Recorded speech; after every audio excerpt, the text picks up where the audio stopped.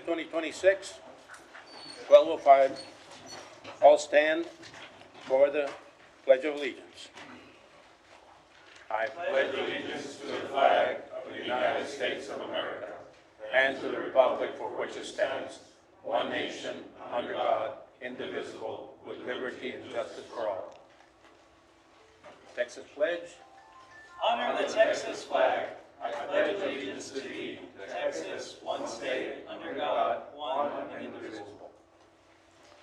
Bonus silence, please.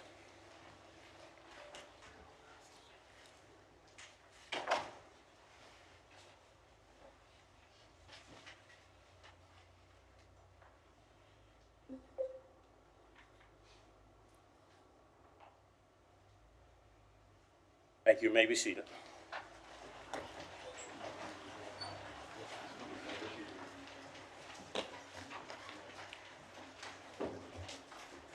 Mr. Secretary, roll call, please. Yes, Mayor. Honorable Mayor, Dr. Victor D. Trevino, Present. Honorable Mayor Pro Tem and Council Member District 1, Gilbert Gonzalez. Honorable Council Member District 2, Ricardo Richie Rangel Jr. Here. Honorable Council Member District 3, Melissa Cigarroa. Honorable Council Member District 4, Ricardo Rick Garza.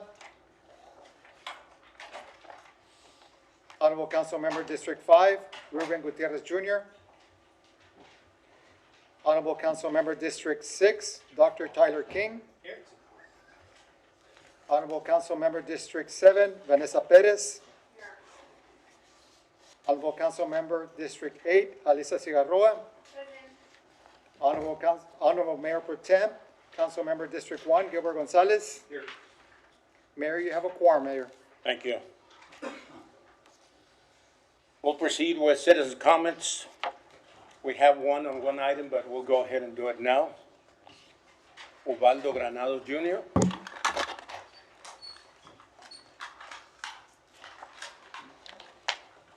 Hello, Council. For the record, my name is Ubaldo Granados Jr. And I'm here to address item 7 regarding the potential election requirements, changes, and amendments. What caught my attention was the possible actions. In my opinion, the agenda was written too broadly, and it showed maybe a vision of a little bit of lack of transparency.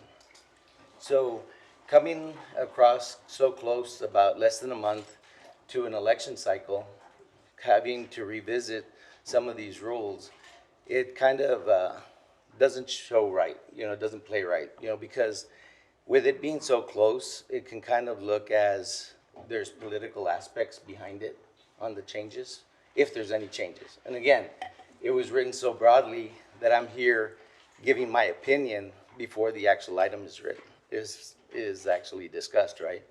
So what I think is we really need to take a look, and before we make any changes, be very mindful that the voters of Laredo are watching, and they will remember come election time, should there be any items that are changed that either make it difficult for someone to run, or potential some barriers. But those are my comments that I wanted to give to City Council. So thank you for your time, and have a good weekend.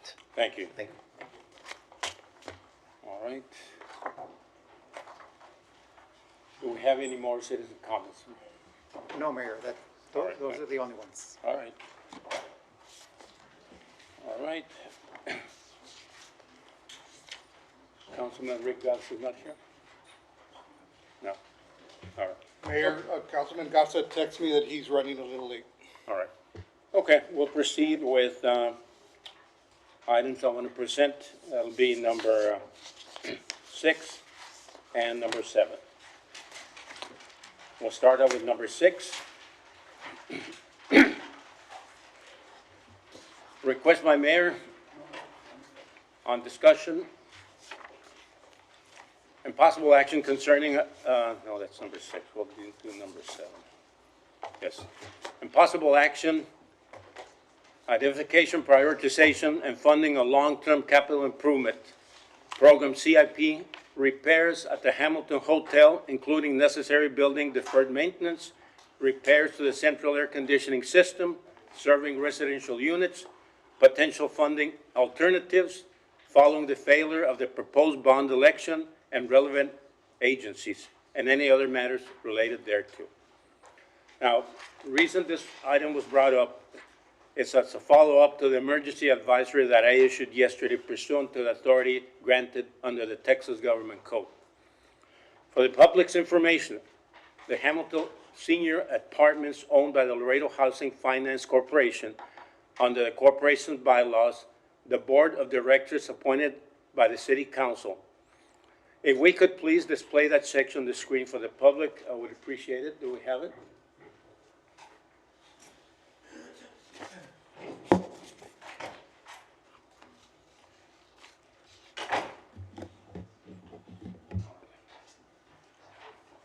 Okay, we can continue. while they- He's working on getting it.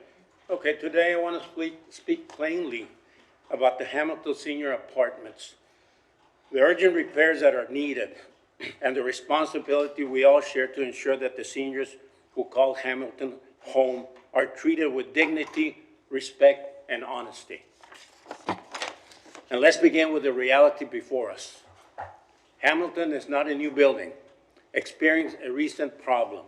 It is a historic building whose structure's origins date back more than a century, with major problems that the building was constructed in the 1920s. It began as a hotel before being converted into senior housing. That means that we're dealing with aging infrastructure, aging mechanical systems, deteriorating plumbing, elevators that require major repairs, and decades of deferred maintenance in a building that houses some of the most vulnerable residents of our community. That does not excuse hardship. It does not excuse discomfort, and it certainly does not excuse interaction or inaction. But it does require honesty about the scope of the challenge that we have and the cost of addressing it. As I see it, we face both an immediate emergency and a much larger long-term capital improvement challenge. The immediate concern is the health and safety of our residents during extreme heat conditions that will only get worse. The long-term challenge is repairing and modernizing a building whose infrastructure has reached a point of where major investment is unavoidable. The HVAC, which is the heating, ventilation, and air conditioning system, alone is facing significant failures. And we have been informed that repairing it or replacing it could cost an approximately $1 million. That is only one component. Additional capital repairs include elevators, plumbing systems, accessibility improvements, and other deferred maintenance that has accumulated over many years. The emergency today is driven by the combination of vulnerable residents, many of which have underlying medical conditions, dangerous heat advisories provided by our local expert meteorologists, and delays in obtaining replacement parts. Regarding the $225,000 approved by City Council earlier this year, I want to make the public understand what I was informed by the Community Development Director, Tina Martinez. Because of the age of this HVAC system, many replacement parts are no longer commercially available. They must be specifically fabricated, and we have been advised that some of those parts are not expected to arrive until September. That is the reality of maintaining equipment of this age. And as many of you will recall, we expected similar issues in 2024. At that time, I brought forward an agenda item to use my priority funds, and the city manager explained the repairs and associated costs. If we could display the council presentation for the public, I would believe it provides helpful context. Do we have that ready? All right. All right. Since then, the board of Laredo Housing Finance Corporation has been dissolved, and the city has assumed a more direct role in the operation, oversight, and maintenance of the Hamilton. On Friday, June the 19th, After being informed by one of my own patients that the air conditioning was not functioning properly, I immediately contacted our city manager, Mr. Neb, and emergency management coordinator, Chief Hurd. And that same day, I arrived to the apartments and wellness checks were maintained or initiated with assistance from the Laredo Fire Department. I have personally delivered portable air conditioning units to residents where portions of the central system are operating but not providing adequate cooling. And based on the latest information provided by Director Martinez, every occupied apartment has either access to a portable cooling unit or central air conditioning. And the city staff has conducted apartment by apartment assessments. I have gone back and performed wellness checks as well. My understanding is that the city is providing temporary cooling equipment. Temporary location, when necessary, has been offered, and the city will continue monitoring every resident as long as these conditions persist. This is the detailed emergency advisory. But temporary measures are not permanent solutions. Portable units are not the same as functioning building-wide HVAC systems. Emergency response is not a substitute for long-term capital investment. And for that reason, I have also directed our Emergency Operations Center to prepare contingency plans, including additional cooling centers, transportation assistance if necessary, and alternative accommodations should conditions require them or individual units fail. Now, there's another reality that deserves equal attention. As we all know, in May of 2025, the city presented Proposition D to the voters.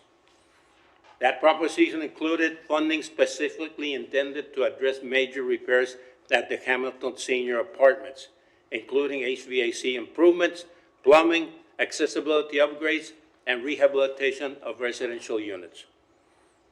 If we could also display that, proposed improvements on the screen. Discussion with possible action for quality of life improvements such as air conditioning, exercise equipment, and other features at the Hamilton Hotel, and any other matters related thereto. I know this might be an old item, but I wanted to see what was missing in terms of air conditioning, basic quality of services. I visited the location a couple of times and it was unbearable. And we're about to go into the summer months. These people are elderly and they deserve to be in a good environment. I would like to motion that we come up with a cost estimate on the remaining air conditioning and cost of exercise equipment and other items, and I would like to use my discretionary funding if needed. Mayor, City Council, we've been working on this one for a little while, and we're worried about this, the temperature changing. We were trying to find a way to bring forward an emergency item for this, so if I can read what the information is. And by the way, we are waiting for the Hamilton Hotel Board of Directors to finally decommission. They don't decommission until the dissolution doesn't happen for about 3 months. So the intent from legal is to work with their group in order to get this done, but they are in need of some funding. And right now we are in need of about $105,000 to make some critical repairs. It includes the AC system in the for the lobby at $30,000, AC in the dining room at the lobby for $23,000, AC cooling tower repair for tenant units at $30,350. We need some generator repairs for $14,300 and a booster pump repair for hot water supply, $7,303. My request would have been to do an emergency action, but as the mayor had placed this item on there, I would ask that you consider ensuring that it's okay to spend $105,000 on these repairs, working with the current board. Okay. Second. Motion second. All in favor? Aye. Opposed?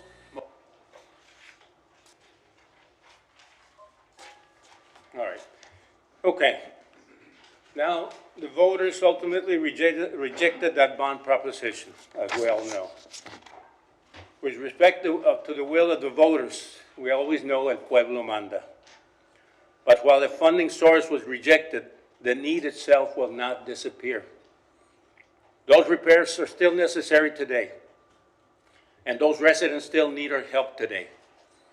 And our responsibility did not end because the election ended. It simply means we must identify another responsible funding source. Before making my motion, I also wanted to make everybody clear about one additional point. I understand there have been some discussions and meetings about the future sale of this property, including conversation with prospective buyers since 2023. Those discussions should include the entire council. Regardless of what ultimately happens in the future, our first obligation to the people is the ones who live here, the ones that live there today. Until every reasonable effort has been made to provide a safe and livable environment for these residents. These residents are not numbers on a spreadsheet. They're mothers, their fathers, their grandparents. Many spent their lives building this community. They deserve dignity. They deserve transparency. And above all, they deserve action. Therefore, I move that the City Council direct the city manager to identify all legally available funding sources within the current budget for immediate and long-term capital improvement at the Hamilton Senior Apartments, evaluate temporary postponement or reallocation of non-emergency capital projects where permissible, or prioritize capital life safety repairs at Hamilton. Present to the City Council at the earliest possible meeting a comprehensive capital improvement program for the Hamilton Senior Apartments, including funding options, project priorities, timelines, and procurement strategies. And continue emergency protective measures, including wellness checks, portable cooling, contingency sheltering, and any other additional action necessary to safeguard the health and safety of every resident until permanent repairs are completed. Those are my motions. Second. Mayor, I have a question. Go ahead. Just to management, what are we doing right now to make sure that they have, some of them do have the cooling systems, making sure that their wellness checks is good? Yeah, Mayor and City Council, council member, currently, and I know the mayor alluded to it, but I'll expand out on exactly what he was stating. So we are as of this weekend, when we were informed of the concerns from the community within the apartment complex, we initiated our outreach room by room by room. And so we have the chiller that we have there services the entire building, and it zones out within the building. And so there's different quadrants that are having different problems. So the issues that we had in 24, when we resolved that, took care of a portion of that zone, and now we're in this zone that is in the higher levels in the apartments themselves. And so that's been the challenge with that. I will tell you, everybody here as well too, because I have seen some of the conversations. There is no real delay on what the city has done. We've initiated, as of when the council took their action in February, we initiated the purchase order of those parts, but because of the age of the infrastructure, it's taking time to manufacture the parts to get them there. I think right now, according to community development, I think September 18th is the date of when we should get the parts in, before or right at that time frame, in order to fix the issues so that we have central air within all of the apartments. Because we don't have central air in all of the apartments, community development started early on to install these portable units within the apartments that were negatively impacted by not having central air there. And so that's why we were able, and I think the mayor alluded to it as well too, every apartment in that building has air conditioning, whether through the central air system or through these portable units. And so as of today, I think we're all covered with that. It is just waiting for these manufactured parts because of the age of the infrastructure that we're dealing with. And so every apartment's in there. So what we will do, and community development has a team of about 6 or 7 individuals that are working nonstop with all of our affordable housing, including the Hamilton apartments. They will make consistent checks with all of the apartments to make sure. They have actually reinformed everybody of the emergency numbers to contact if there are any future problems. They've reminded that there, because this weekend, the information came to the city in a really convoluted route. And so the idea is to make sure that these individuals know we're there with them every day of the week, and we're there to take care of them. And so we will stay with that, and we'll stay right there with them as we walk through that. But there is no unit that does not have air conditioning to one point or another. Mr. Knapp, just Yes, go ahead. just a question. Since they're working on portables temporarily, do these units have ceiling fans so they can circulate the coolness around the square footage? Do they have what? Ceiling fans, do we know? I don't think they do blow, but I don't think they affect I don't think the units, do the units have ceiling fans? No, they do not. So, because that helps with the circulation of the air regardless of the temperature of the air. It keeps the air moving, right? Yeah, that's what I was Yeah. asking. Yeah, if you would. Tina Rodriguez, Community Development Director, for the record. So the individual, all the units are not equipped with seating fans. That was just never, I guess, a capacity that it has. A lot of them do have individual fans that they purchased. That is not a cost that we could incur, but most of them do have fans, and that does help circulate, and some of them have multiple fans, and we do remind them to turn it on, and that does help. It does make a difference with their central air and with this type of system. But just to also give, so their central air system is one duct. For their, like, let's say a studio size apartment is one duct. So it's the same type of airflow that you would get from this portable unit. It's one duct. Like in a hotel? Mayor, Yes, go ahead. Ms. Martinez, Rodriguez, I'm sorry. How many residents live, are currently there in Hamilton? And is it capacity or is it just? No, currently, there is capacity for, there's 165 units in the whole complex, but right now we have, I don't want to give you the wrong number, but we are at, I believe, 120, was it 24? 124, I think that was my last report. We're at 124. Yes, I think 124. So we did visit all of these units, and they all have a combination of, yes, 124 are occupied right now. So 69 have portable AC units, and 55 are still using the central air system. And we had already done that assessment, we just verified this week. Mayor Matt, Yes, go ahead. so to put it all in a nutshell, all our people, all our residents are taken care of at every level. Correct. We're obliging by the agreement that we have with them. There is no need for humanitarian aid or anything like that to come in and take care of them. Everything that we said we were gonna do is getting done, and it's been done. At this moment, we feel that there is. Mayor, if I may? Yes, go ahead.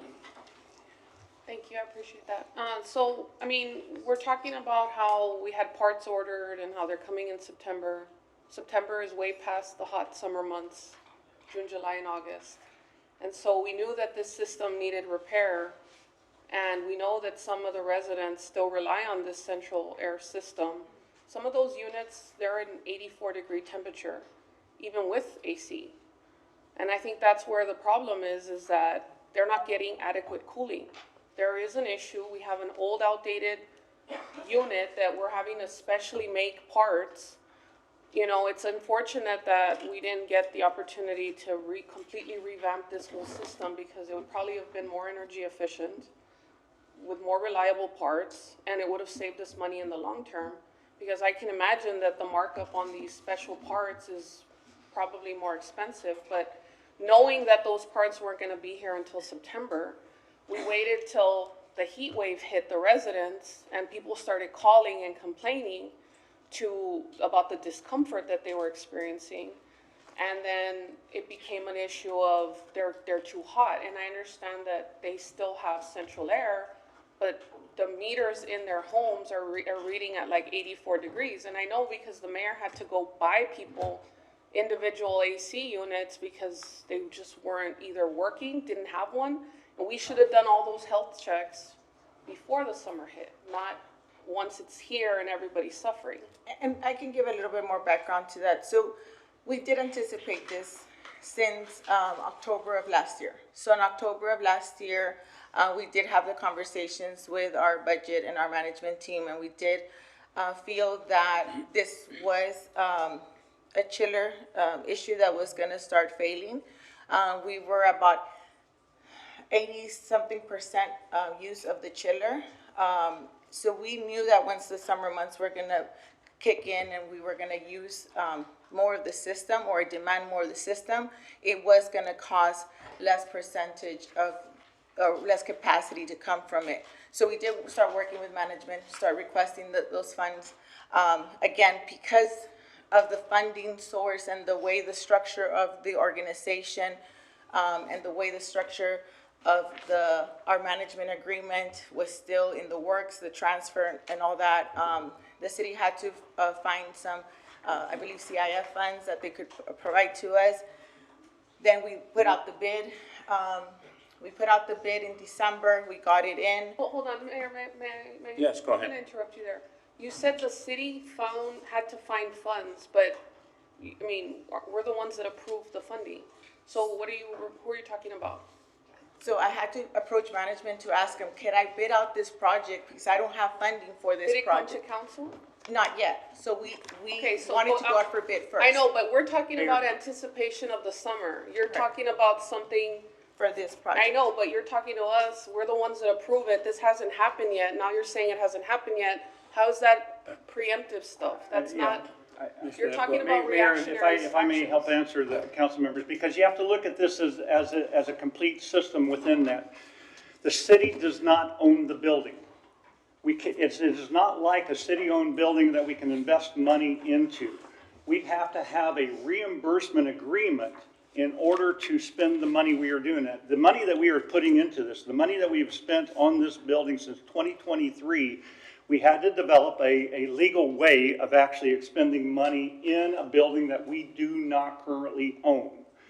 And it's on the health and safety side of that. So the city has actually invested $700,000 right now within a building, and we had to develop out a reimbursement leg in order to say, we've got to take care of these people's needs today. And then we have to go in there. What we had hoped to have happen all the way through this cycle was that the building we would get the building underneath our umbrella, and that's why we did the bond referendum. That's why we walked through all of those different steps, was to try to get there for that. That building has over $10 million worth of needs for health and safety. And so that's why it hasn't actually come to the council yet.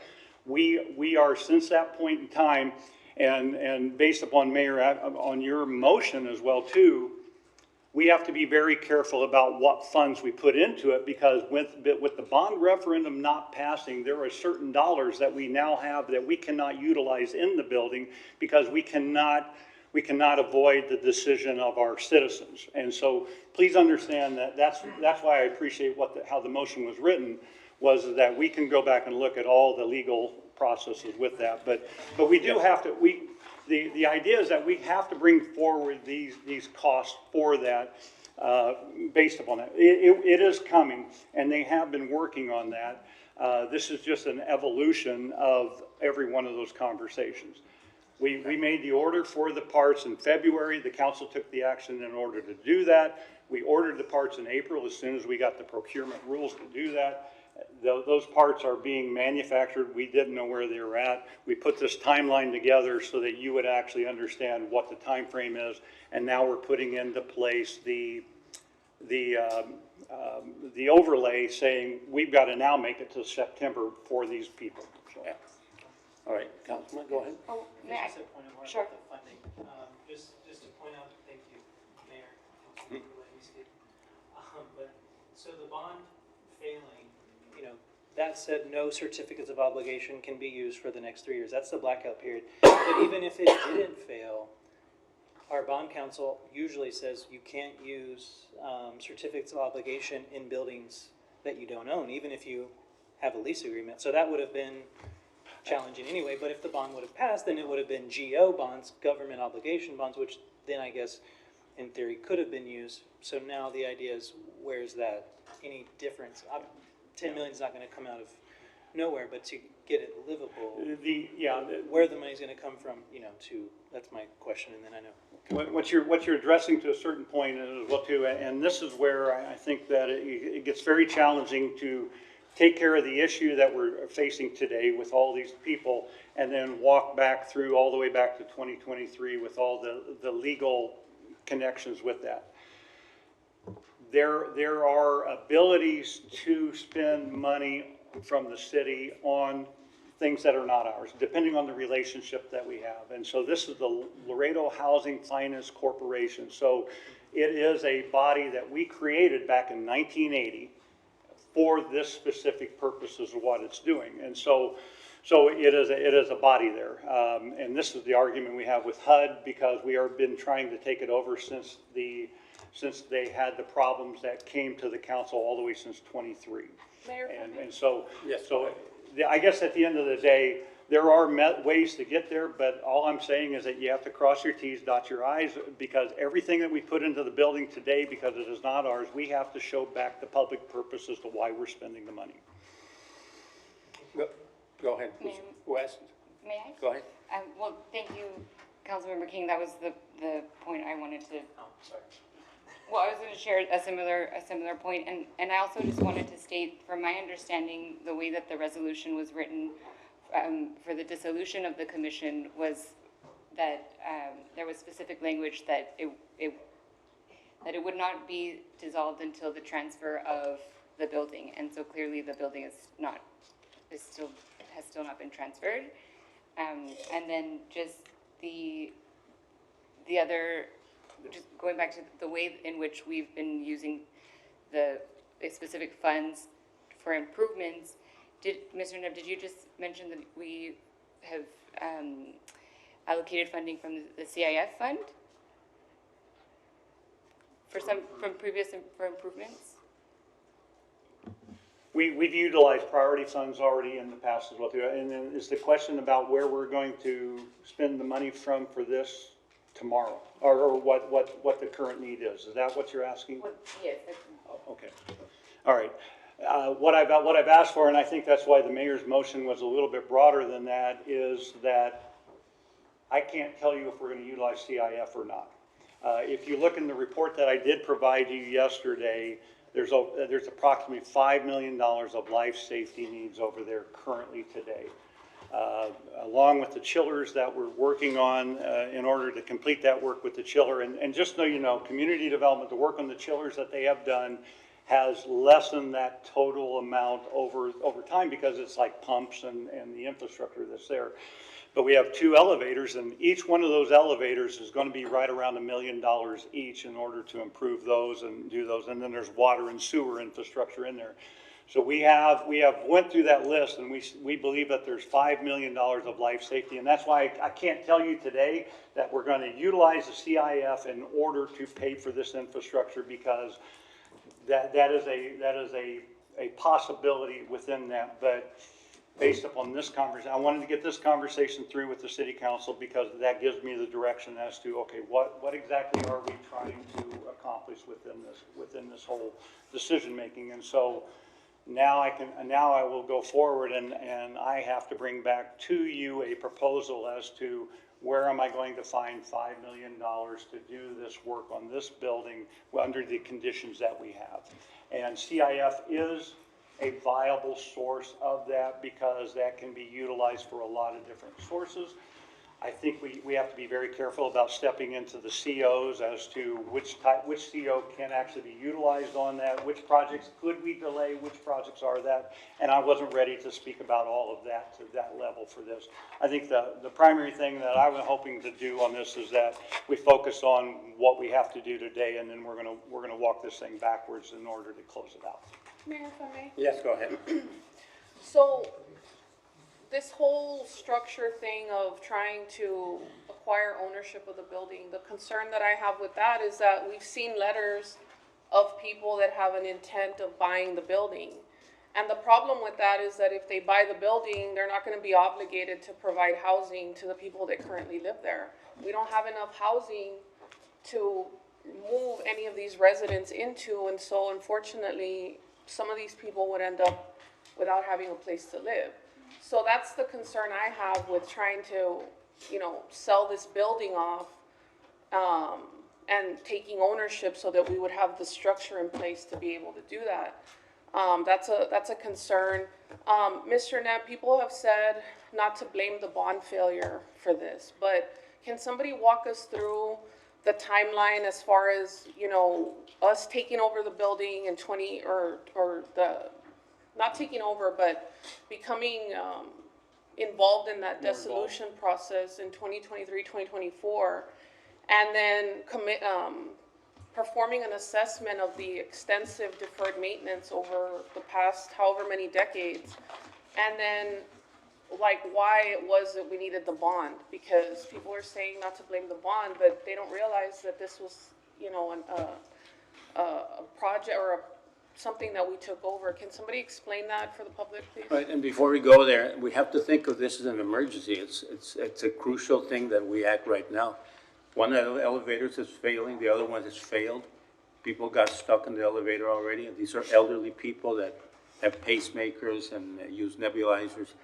So this is a thing of urgency. Is there any way that because it's an emergency, medical or humanitarian emergency, can some other funds be identified or any other way to do it? Yeah, and Mayor, and if I can, May I just, Yeah, go ahead. I just would like to make a correction, because I believe that there's documentation that the city assumed their operations responsibility in 2022. And I understand the conversation that you'd like to have about the bond.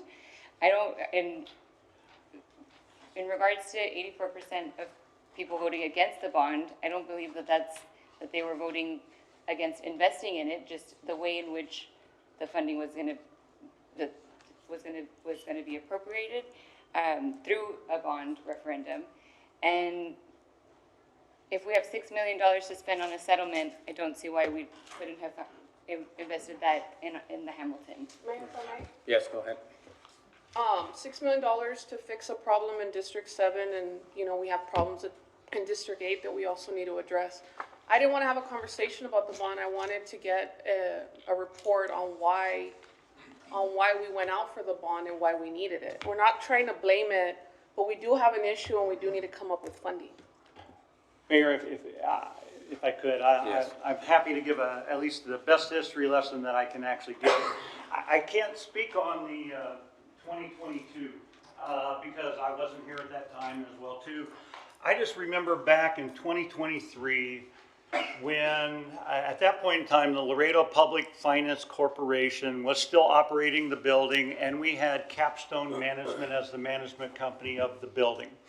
And at that point in time, they were a San Antonio firm that was actually doing the management of that. And so at 2023 though, if you all that were here at that time remember, we had citizens come in here because they were going to do a significant rate increase on all of the rents within the building. And they came in and they were very, very concerned about their rates jumping up at that point in time.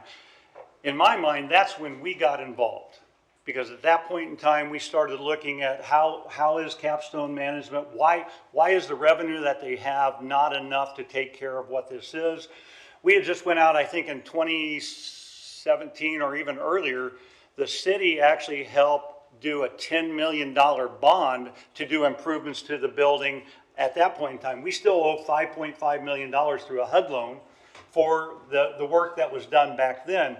So when we got involved in 2023, we got very concerned about why is this thing not working the way it is supposed to be working? And so in my mind, I think 2023 was that point when they came into this room and they said, we're really worried because we can't afford these big jumps in these rates. know that some of the individuals that are in there, they do provide, we provide them some assistance through community development through that because they are in those, they're in the poor conditions within that. So they are allowed for the subsidies within that. In 2024, they were back, and we had discovered we had a bed bug issue. We had a chiller issue within that building where the downstairs and some of that portion of that zone of the chiller was not functioning either. At that point in time, I believe we used priority funds. Mayor, you had that was that clip that you had there. We utilized those priority funds. At that point in time, that's when we started doing all of the assessments within the building. We said, this thing is not righting itself. The city has to stay involved. And so at that point in time, we sent health department over there to one, find out the condition of all the bed bug issues that were out there. We were able to isolate that. We were able to get that corrected. We sent solid waste over there with the big dumpsters in order to haul out all that contaminated material so that these people were safe. At that point in time, we started investing the funds within that facility for that. So we moved from 24 into 25. We said, you know, this building has a lot of needs based upon these assessments we discovered in 24. And we said, we need to do something out there. And that's where the bond referendum about trying to assist with the Hamilton hotels on the affordable housing. Just so you know, state law has shifted again, and we have to be very careful about how we do our bond referendums for affordable housing type, because there's some concerns that the state had with how we actually go for any future thing that to assist with our affordable housing. But back to 24. So we had all of our departments actually assessed within that. We had a very good picture of that. Community development develops out the plan for where we said $10 million we'll get there. I do want to correct the misnomer at this point in time is that please know that the idea was never to sell the building and put it out that way. When we talk about selling the building is that this was a city asset when you go back far enough. We essentially sold the building to the Laredo Public Housing Finance Corporation. It is a legal method of how the buildings move through these things.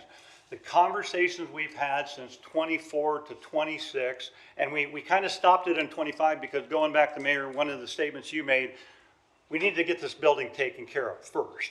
And then we can start looking at what type of structure do we want to do to help these people within that structure, within our affordable housing. So we had negotiations, even though you can call it a selling of the building, it was actually handing the building to a professional company that what they do is they manage affordable housing. Just like the housing authority that we have, just like the Public Finance Corporation, just like all those different entities for that. It is about providing affordable housing. So that's what the Hamilton Apartments was and what it is. So we take it from 24 into 25, and again, because that we lost that one avenue to get financing to take care of, bring that building up the way it is.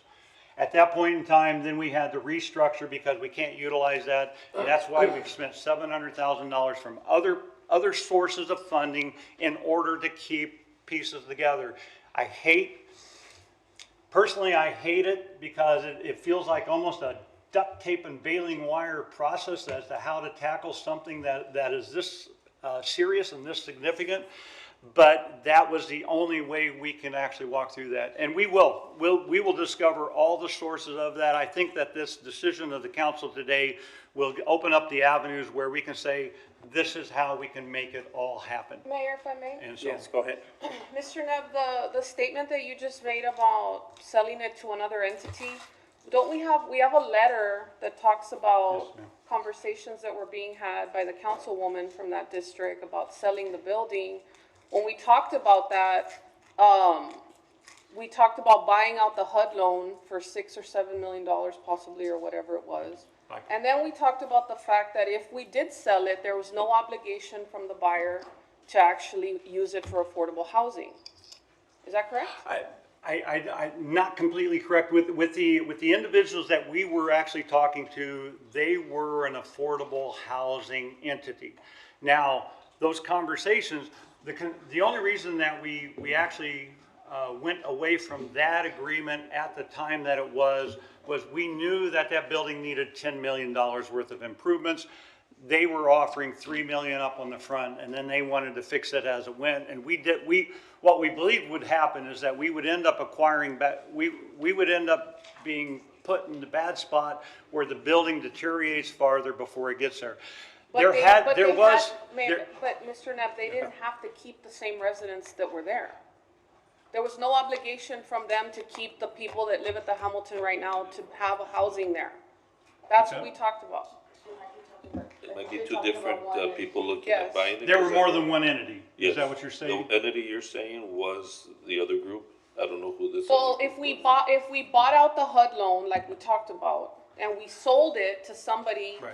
they didn't have an obligation to keep these seniors Yeah, living now- there, and they could relocate Yeah. them, move them out of there, and and rent it to whoever they wanted to. That's the risk with doing that. Yeah. That's the And let me address, because you're actually layering a couple pieces on that. Let me separate those out as well too. When we talked about buying out the HUD loan, that was for us to take full possession back of the building. HUD says that we are obligated to satisfy that debt. What we're doing, and this is where we disagree, the city disagrees with HUD right now on that issue, and we have to keep walking through that legalese. It's just not always easy for that.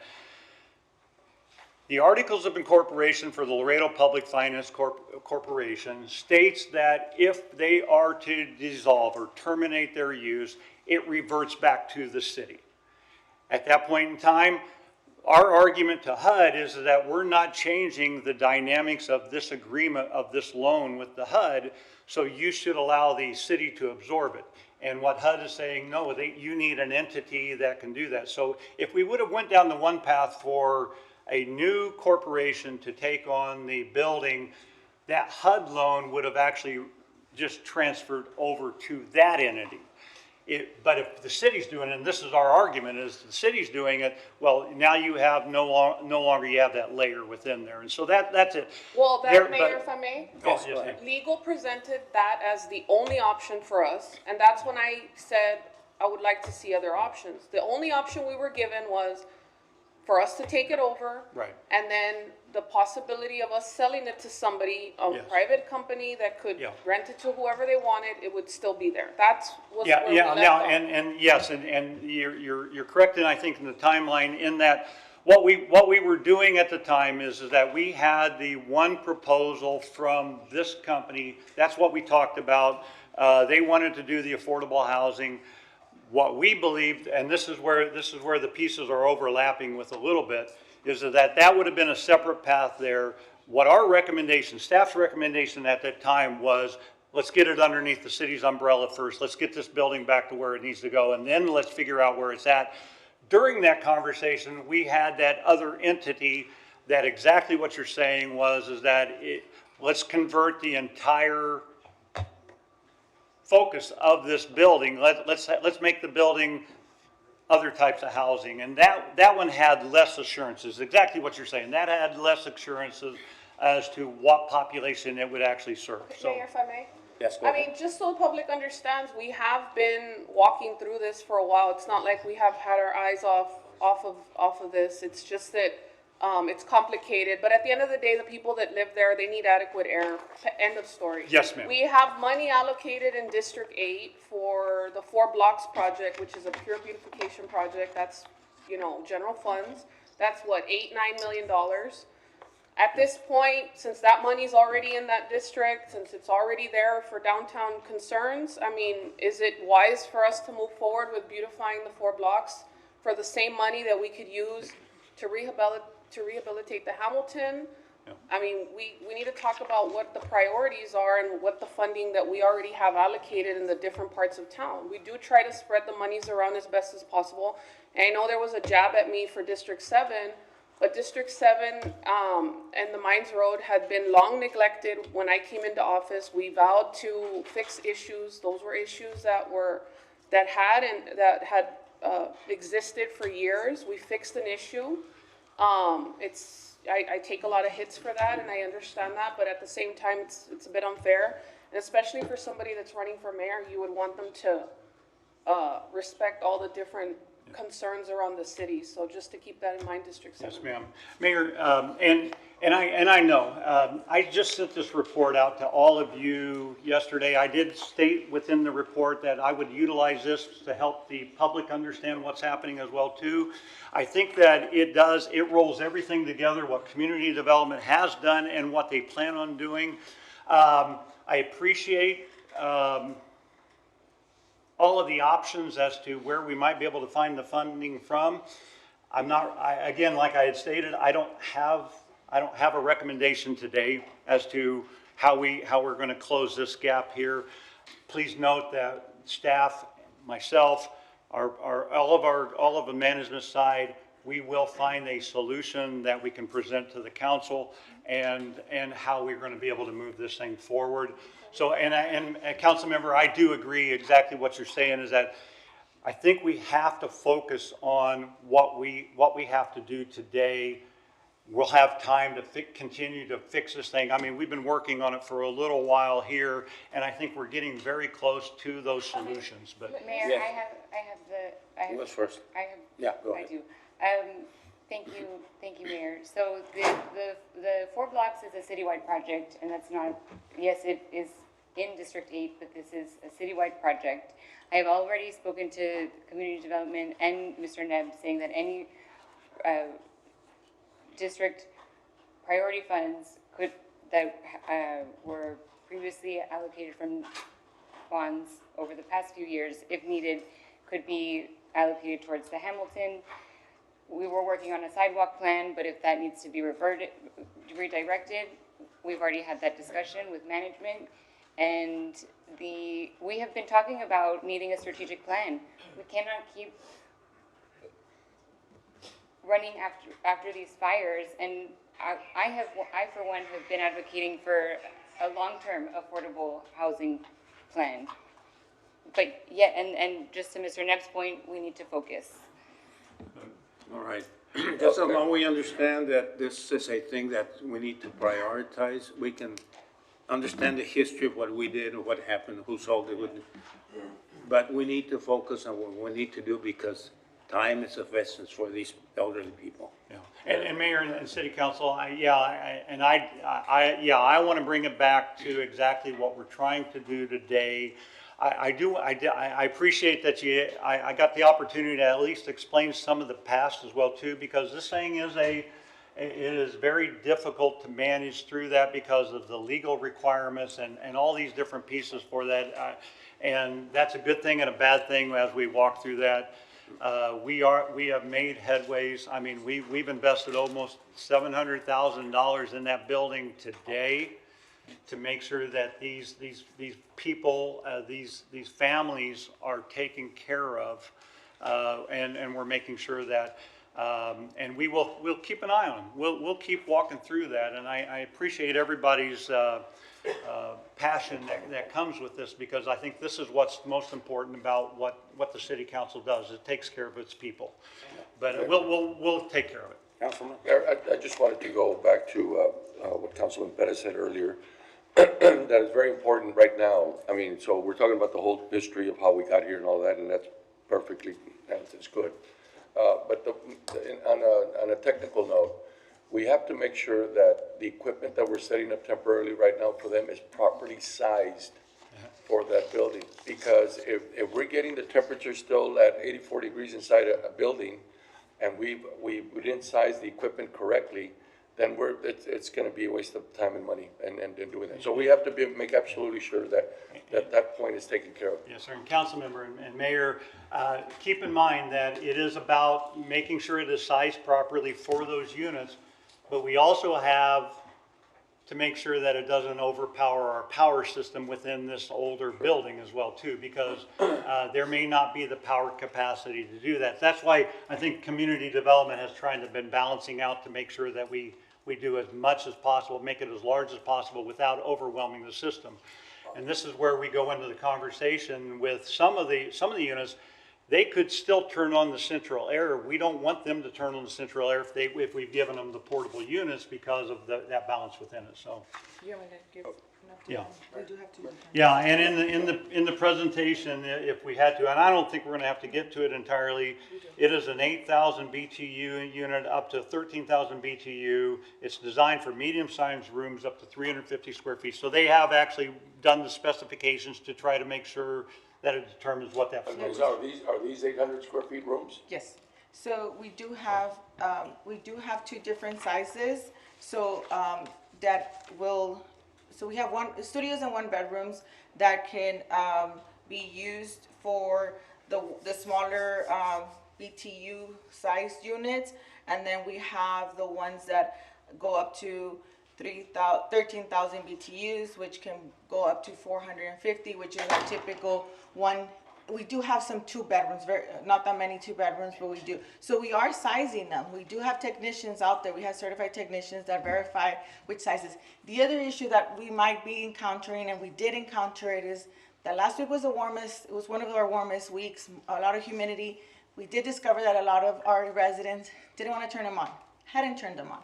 So we went back there. When we first installed them, we told them how to use it. So we went back there. Now we're putting up signs in the hallways, explaining them how to turn them on, how to use them, reminding them to turn them on. But it's up to them if they want to turn it on. I can't make them turn it on to what I think is comfortable. They have their own comfort level. So that is the other. And Mayor, and that goes back to what Councilmember Rangel had said, is that what are we doing in order to help them? And I think that's the thing, is that we have to continually teach them or educate them as to how to do this, because it is different from what they had a year ago, because we have these portable units in there. And I think that goes right back to exactly what your point is, what are we doing to do that? And that's where they will continuously go back and make sure that these individuals are taken care of, so. Mayor, no, sir. Go ahead, brother. No, I was just gonna comment really quick, Jose Valdez Jr., Assistant City Manager, that if there are some individuals that are saying that even if they turn them on, they're still warm, please let us know which units those are, and we'll check on our own, but sometimes they won't let us know. But if they let you all know, please let us know so we can go and check those units to make sure they're working properly. Thank you. Yeah, so, just really, before we wrap up this, also to acknowledge Councilmember Rick Garza before we take any action. I wanted to ask Mr. Neben, and it doesn't matter today, but we need to learn from it. When was the last time that we bonded, that we went out for a bond referendum before going out this past time? Yeah, do we remember off the top? We did talk about that last year during the bond, because it had been a very long time. Yeah. You don't remember how long? I'm trying to. It was early 90s. Early 90s, yeah. Yeah. I was delaying to get the answer, that's all. So, yeah, so, but the items were the propositions were itemized.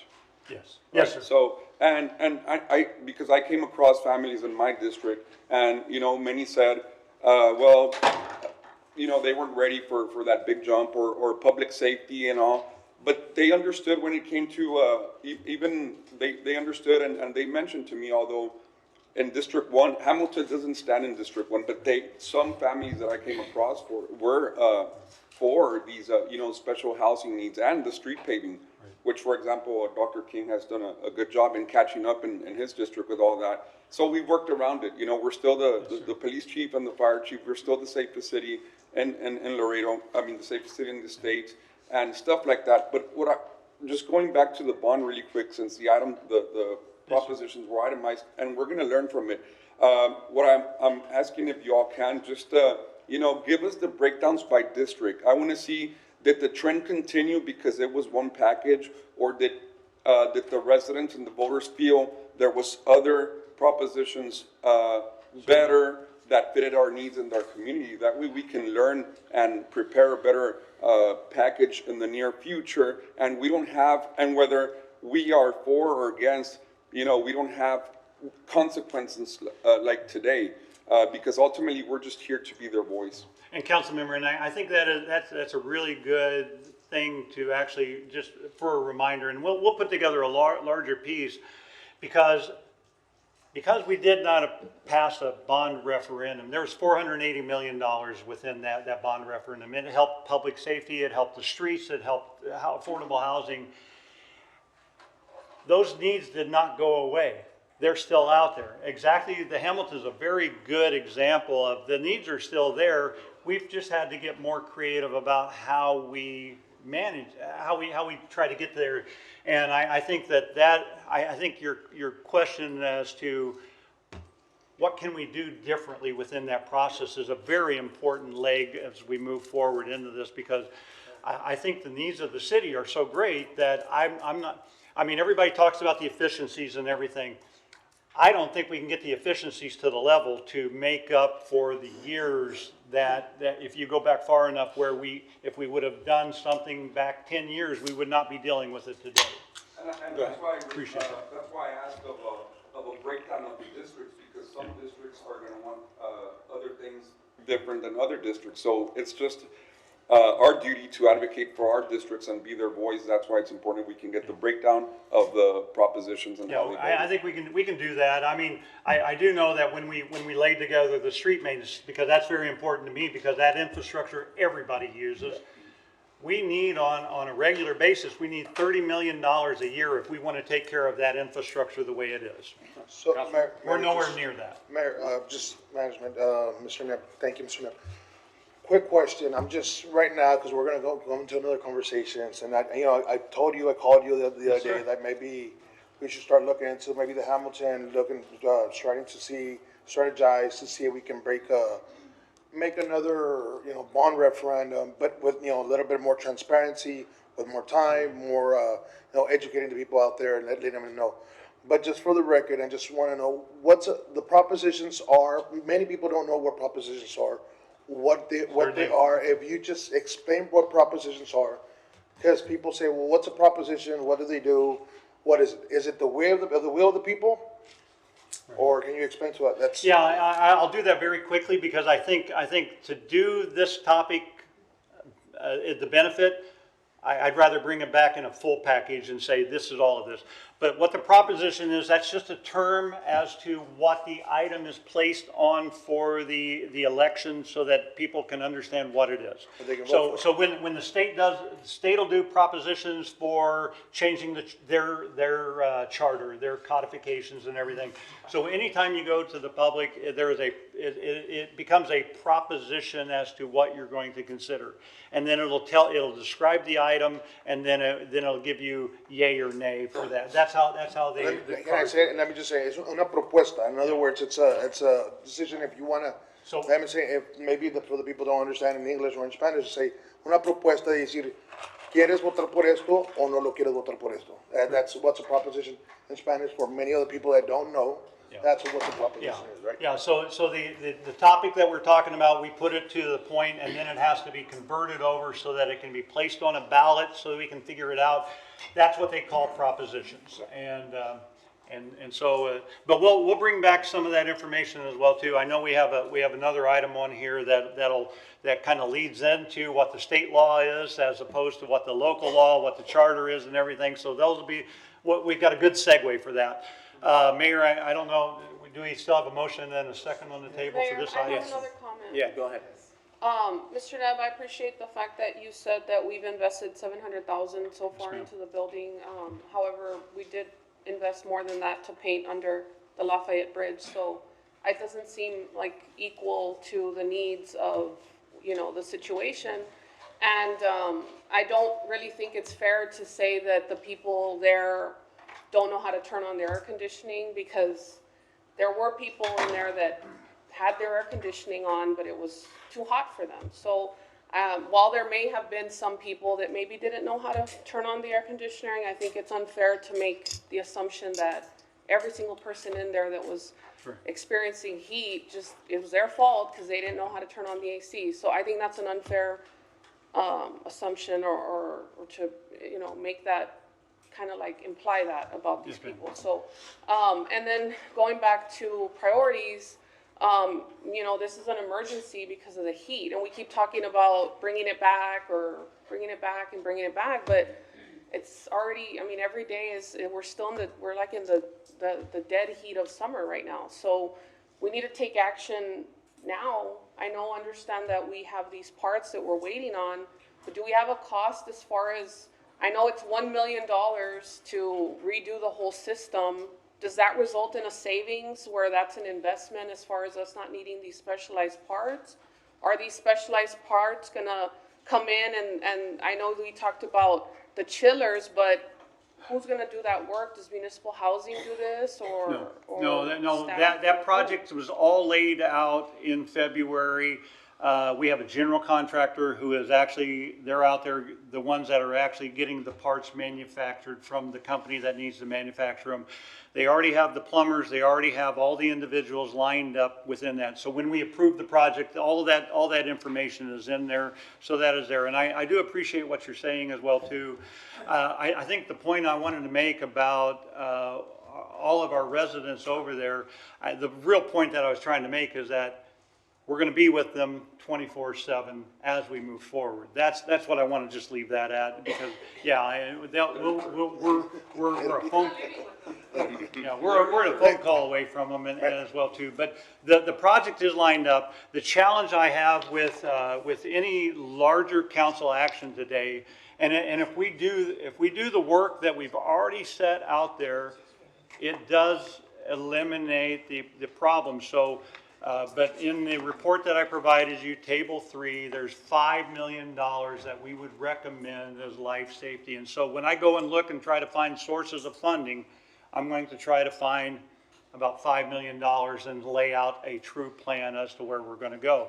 The challenge we're going to have as well with the emergency, and council member, exactly what you're saying as well too, we don't know when or if these elevators will stop working. And it's a 12-story building. And so we are talking, we just started talking about that, because if you know anything about elevator repair and maintenance, there are very few people. We ran into it at the airport with the escalators. Our escalators are from France, I think, or Switzerland, one of the two. And so we're going to have those issues. And so, but do understand, we will bring that information back. If it becomes a higher emergency, we'll be coming back quicker. But the idea is to put together, I just have to figure out where in the budget that we've allocated, because everything we put into the budget, we don't really have free money sitting in it. It is about the movement of the money within it. So we do have to look at where, do we have any savings? Do we have any points? So. And this is a real emergency, because I did get on the elevators, and besides all the noises that sounded like drums, it was shaking all over the place. So it's gonna go out very soon. Go ahead. You know, Mr. Neff, just going back to this, to the major system. It said central chiller water distribution lines, elevators, understation water infrastructure, and sewer infrastructure. Have we looked into the insulation of the building? Of the building itself? Yeah, building insulation, because, you know, at the same time, you might want to put a big, you know, AC unit or HVAC, whatever, and if you don't have the proper Certainly. Insulation, you're not gonna, you know, it's not gonna maintain cool. So no matter how much, you know, how many HVACs, that would help a little bit. I'm just, I'm not a professional. I appreciate what you're saying. I would say that we have not went in and done that level of technical review of the building, because we've been trying to make sure that the major mechanical systems work. Exactly what you're talking about, I think, is that we want to make sure that those chillers, and this goes back to Councilmember Perez as well too, we want to make sure that they're in, whatever we put in is more energy efficient as well too. I think it all has to marry together in some form or fashion. But we have not done the installation yet, but I would assume that we really need to look at that. Part of the bond referendum actually included the replacement of the windows, because those windows function differently on every floor as well too. So. All right, yes, go ahead. We're talking about an emergency, and we're talking about higher emergencies, and we're talking about the elevator breaking down. At this point, you need to identify funding. Look, we have the 4 blocks project. It's a beautification project. We haven't signed the contract yet. I'd like to make a motion to pause the beautification project and utilize that funding as needed to make these repairs for emergency purposes, and we can revisit that project when we have another funding source. Would you like to add that to my motion? Yeah, I'll make that. Because we have a motion pending. Okay, I'll accept that. will add that to my motion. Mayor, if I can, if I can just have one statement on that, and I apologize, council member.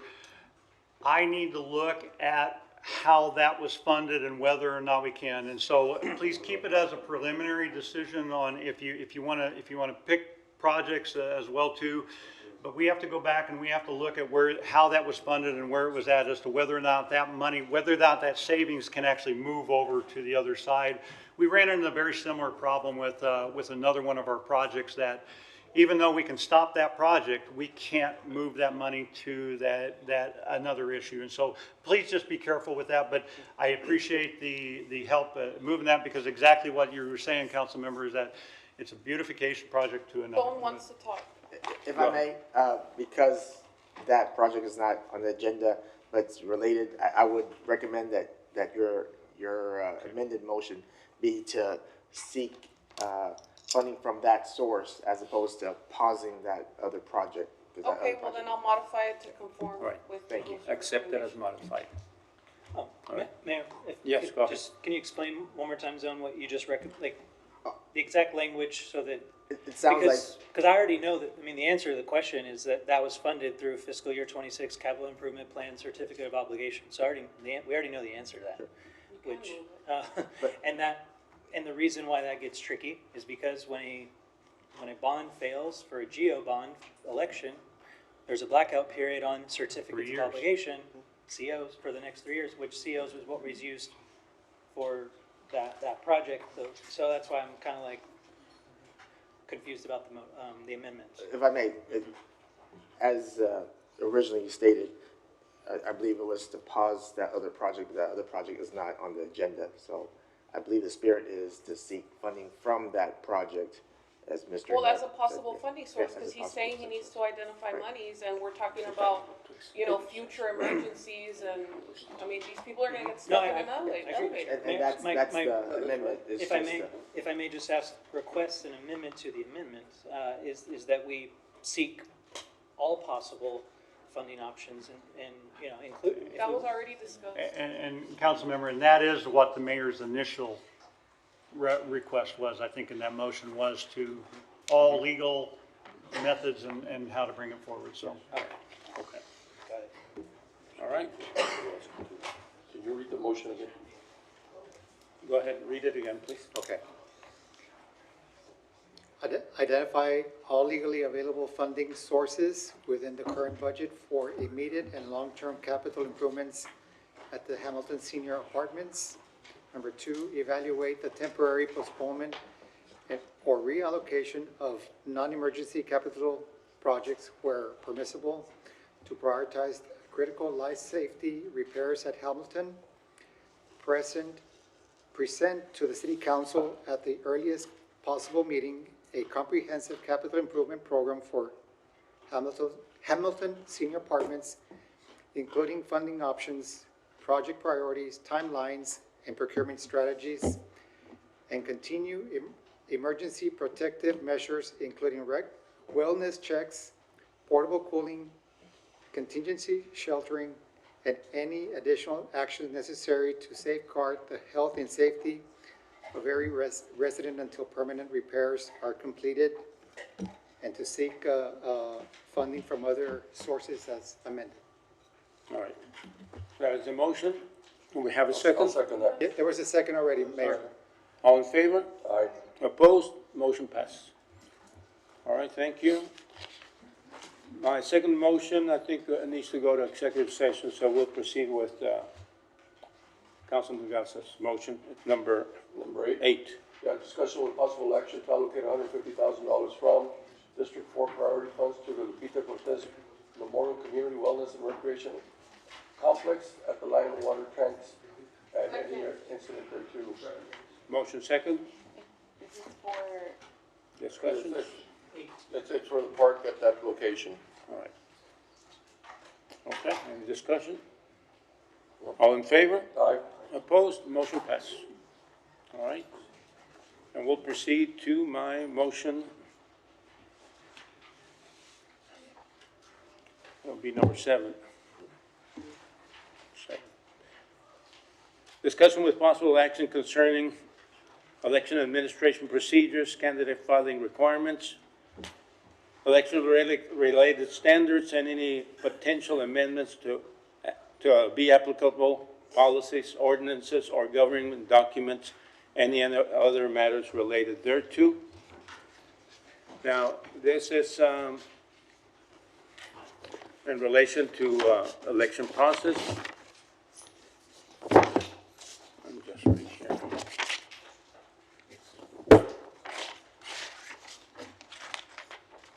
We brought this item up to see if we can streamline the election process. The reason I put it on the agenda is to address the verification of our residency and part of our election requirements seen in the other Texas cities like the city of Richardson, which also has a home rule city with a council manager form of government. I also wanted to see if the city attorney would go over changes in the Texas election law that would impact practices that we have seen here in Laredo. Our responsibility as elected officials is not only to conduct elections that are lawful, but to ensure that they are trustworthy. Public trust is earned when the rules are clear, consistently applied, and enforced equally for every candidate and for every voter. And when it comes to living in the district where you are running for office, Laredo's already moving in the right direction through our city charter.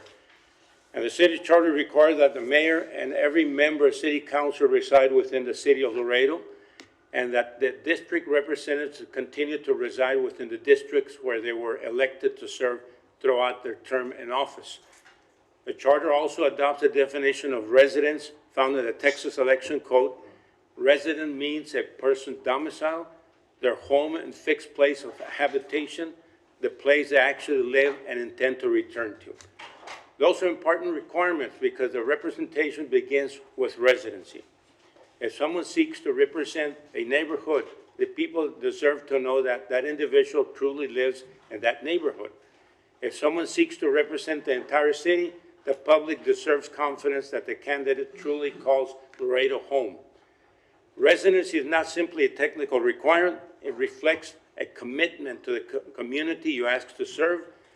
Living among the people means sharing in their daily experiences, understanding their concerns firsthand, and being directly accountable to the residents who elected you. But however, while our charter establishes residency requirements, I believe there is an opportunity to strengthen the public confidence by establishing a consistent process to verify those requirements before candidates are certified for the ballot and when appropriate during their term of office. If residency is required by law, then verifying residency should be objective, consistent, and applied equally to every candidate. It is not about discouraging anyone from running for office, but it is to discourage individuals or groups from running candidates in areas where they do not live just because they have other resources to do so. Even though we have seen several cases where candidates were suspected of not living in district they were running, and this issue is certainly bigger than any one candidate. It's about treating every candidate with the same and giving voters confidence that qualifications established by law have been objectively verified.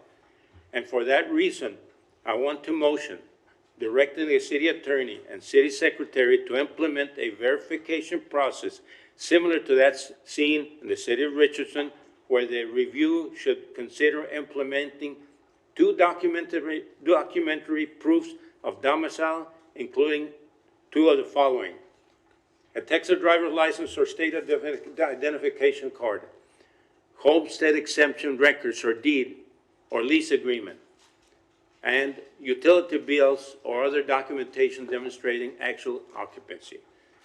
These are objective documents that will help verify domicile while applying the same standard to everyone seeking public office.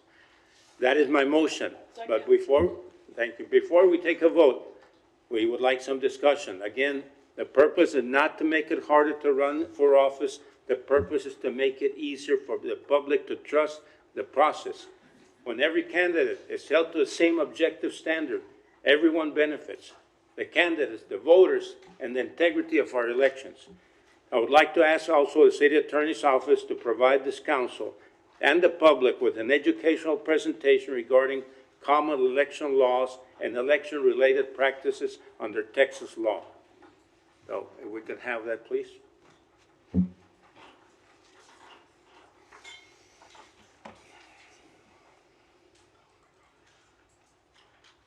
Good afternoon, Mayor, City Council. I have a short presentation here.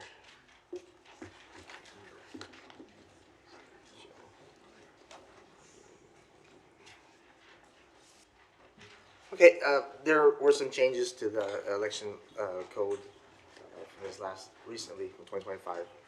Zone Win, City Attorney, for the record, sorry. In particular, the idea is to ensure voter independence and not allow groups to add on to certain sides unfairly. So, for instance, driving someone to vote, you can drive a family member, and those are your friends, but if you're transporting 7 or more, then you're required to fill out a state form. Obviously, you should not pay anyone to exchange their votes. Collecting mail ballots. Mayor, if I may? Sorry, anything. Yes, So go ahead. I have a question, can you go back? Go back. If a person transports 7 or more total, like in different trips, or 7 at one time? It would be most likely at one time. But it says there total or Yeah. Can you put it back on the screen? Sorry, it is, sorry. If a person transports 7 or more curbside voters during the voting period and election day combined, that driver may be required. So if you're taking people to vote and you take more than 7 people over the course of the entire early voting and election day, then you would have to fill out some form. Is that what that says? Yes, I'm sorry. And again, it's a new law. Yes, go ahead. You want to go back? I know it says, Sorry. it says may be required, it does not say shall, so what's the, why not shall? That's how it's written, and I believe, the personnel at the voting station will most likely require some proof or some forms to be filled out. So again, these are new laws and it's going to be implemented. The idea is just to not have people transporting in caravans. Well, how do you monitor that? It would be the electioneering. I'm sorry, let me continue. Again, collecting mail ballots, assisting voters, it's to help those in need, and I can provide these slides to you, but it's not to coerce or to get someone to vote in a certain way. Same thing with mail-in ballots, electioneering, near curbside, there's protected zones.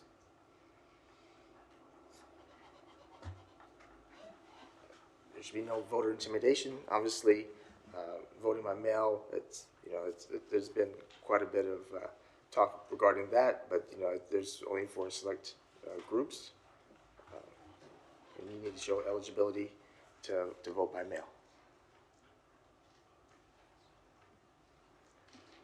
And ultimately, this is just a short list of what's permitted, what's prohibited. You drive someone to the polls as opposed to getting them to do it in exchange for their votes. You're allowed to help a voter, but not coerce them.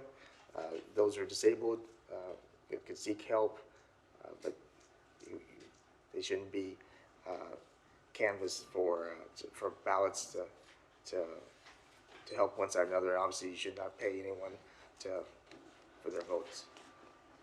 Organizing, that's a right that we all have, but not to campaign, too close to the polling place and such. If there's any wish to discuss any charter provisions, I would recommend that be taken into executive session. Is there anything about electioneering near polling places? Oh, yes, Mayor. There's the same restrictions. Usually there's designated sites, by the, outside of the polling. Like voter intimidation on, anything of value exchange for a vote, money or? Absolutely, Mayor. Yeah, no gift cards, no money exchanges. Obviously, the point is you want people to have the freedom to vote, just not to be able to sell their vote. Mayor? Yes. Mayor. Can you go over the propositions that we amended in the charter? Just the propositions, just go over them? Okay. That's it. Well- And we're not gonna discuss it, just the ones that we added. Well, That the people voted for. I don't have it with me on hand, but I know that, yeah, sure, I know that, 2.04D that was added, as well as another provision. Thank you. These were the ones that affected related to the. Great, thank you, Mayor.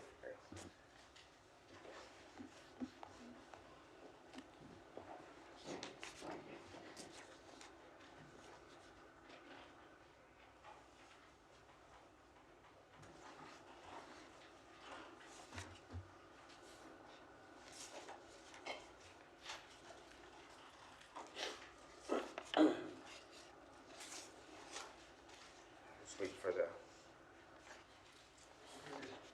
Okay, there it is, there it is. Right. These are the propositions that, as the city secretary, provided to us. Plus and minus. Where's the plus?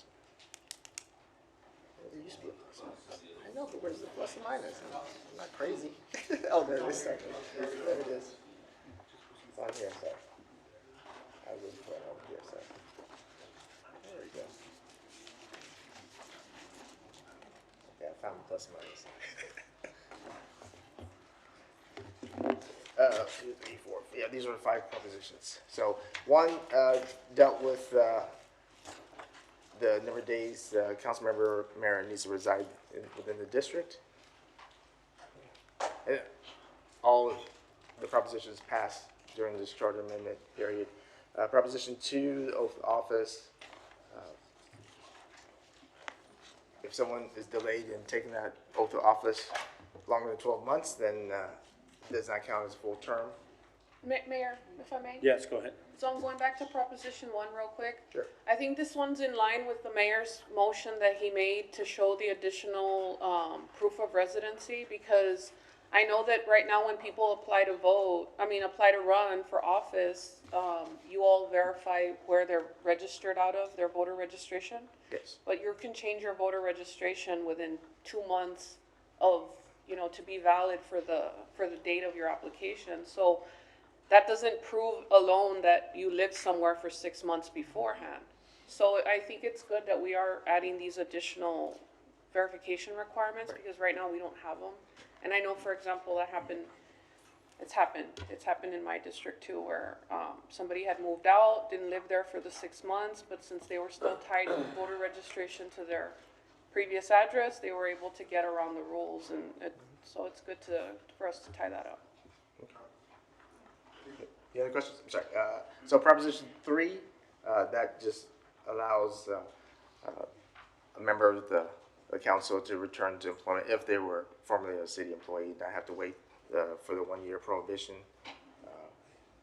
a moratorium before applying or returning to work.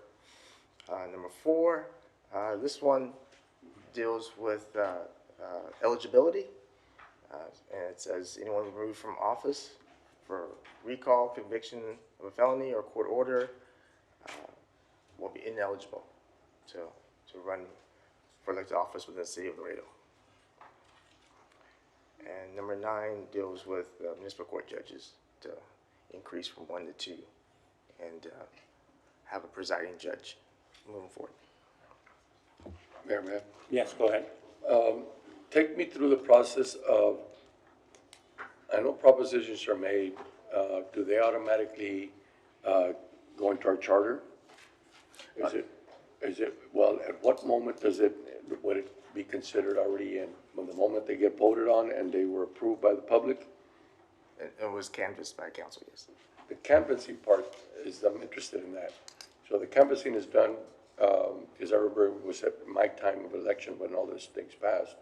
But the canvassing process is when we tell the public, this is what everything you voted on, these are the percentages, how they won, and now they'll be implemented automatically into our charter because of that, right? The canvassing process is the ceremony, let's say, to get a final ceremony before it gets implemented. And that's, So what we have right here is in place right now. Yeah, these have been in place, council member, and, along with the propositions, the proposed language were, written alongside. I wrote them all, so that's why I know. So, Okay. So they've all been changed to the, in our charter. Yeah, Mayor. Yes, go ahead. Yeah, so as was mentioned, these passed in November of 23 or 24, right? They get canvassed, immediately goes into effect. And I agree with my the constituent who spoke and during the public comments, just about the concern of the perception, because a lot of times in public office, even if the intent is not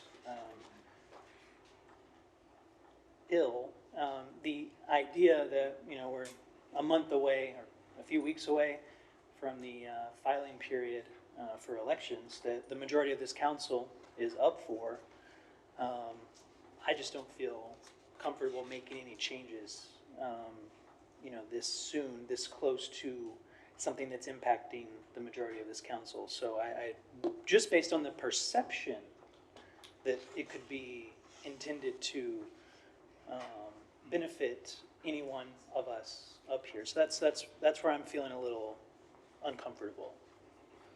Yeah, just. I don't want to change it. All right, okay. All right. Well, sorry, All right. could you, We're not changing anything, right? No. well, it sounds like we're updating, one of the clarifying or asking for, which I agree, I think it's a great suggestion, but that it would take place for the following election, because it is unfair for those that have been planning, and then a month before the election, that. Basically a presentation of guidelines. Yes. Mayor, Yes. if I may? Yes, go ahead. The motion on the table was to require them to show proof of residency for this election. Well, two forms of identification, and that, Right, but for this election. yes. Well, I don't see how that's unfair. That's just in line with the law that already exists. That's not a change of rules or anything. It's the law says you have to live there 6 months. If you change your voter registration 2 months, you can get around the loophole by only living there 2 months instead of 6. And here we're requiring that they show proof that they've lived there so if they had the intention of breaking the law, we're just gonna make it harder for them to do that. In this case, that's what the motion is on the table. Am I correct? That is the only motion that's there right now, and I believe that's fair game for y'all to decide, and I just recommend that y'all do it through a resolution, so you have to come back. It does not require an ordinance. And Mayor, how many meetings are we gonna have to have, Mayor, to get this done before the filing period starts, I think, July 18th? It can be done, I'm sorry, if I may, that's why I recommend the resolution, that way it's done today as opposed to multiple meetings. So, and it's. Is that the way the item was written? It's, Did the item mention a resolution? Will you want to repeat the motion, please? Yes, Mayor. Well, Mayor, if I may, real quick. Yes. I just don't understand what the hesitancy is as far as we're having an election coming up.